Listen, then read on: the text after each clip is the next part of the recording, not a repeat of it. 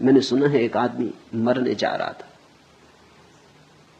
जिस नदी के किनारे वो मरने गया, एक सूफी फकीर बैठा हुआ था। उसने कहा क्या कर रहे हो? वो कूदने को ही था। उसने कहा रोको मत, बहुत हो गया, जिंदगी में कुछ भी नहीं, सब बेकार है। जो चाहा नहीं मिला, जो नहीं चाहा वही मिला। परमात्मा मेरे खिलाफ है, तो मैं भी क्यों स्वीकार करूं ये जीवन? उस फकीर ने कहा ऐसा करो, एक दिन के लिए रुक जाओ,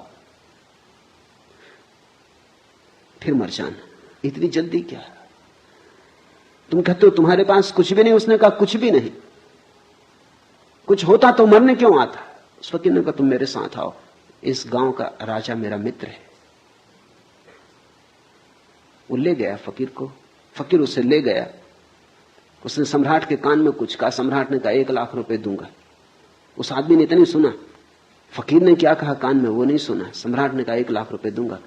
फकीर आया और उस आदमी के कान में बोला कि सम्राट तुम्हारी दोनों आंखें 1 लाख रुपए में खरीदने को तैयार, बेचते हो? उसने कहा क्या मतलब? आंख और बेच दूं? लाख रुपए में 10 लाख दे तो भी नहीं देने वाला। तो सम्राट के पास फिर गया। उसने कहा अच्छा 11 लाख देंगे। उस आदमी ने कहा छोड़ो जी, ये धंधा करने नहीं, आंख बेचेंगे क्यों? फकीर ने कहा कान बेचोगे, नाक बेचोगे?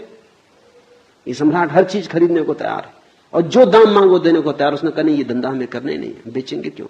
उस फकीर ने कहा जरा देख, आंख तू 11 लाख में भी बेचने को तैयार नहीं, और रात तू मरने जा रहा था और कह रहा था कि मेरे पास कुछ भी नहीं। जो मिला है वो हमें दिखाई नहीं पड़ता।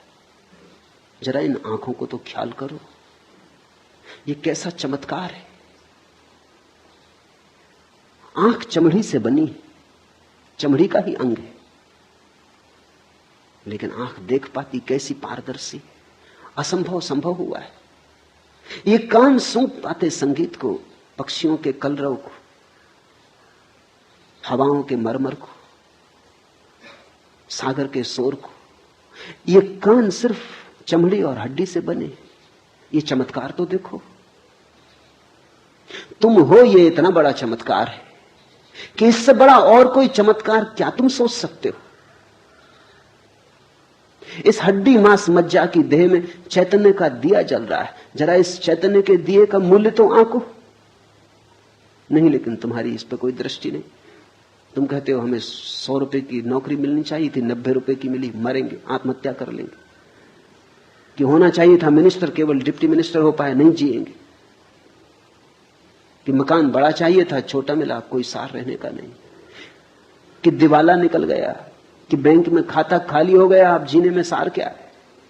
कि एक स्त्री चाहिए थी वो न मिली, कि एक पुरुष चाहा था वो न मिला, बस अब मरेंगे। जितना तुम चाहोगे उतना ही तुम्हारे जीवन में दुख होगा।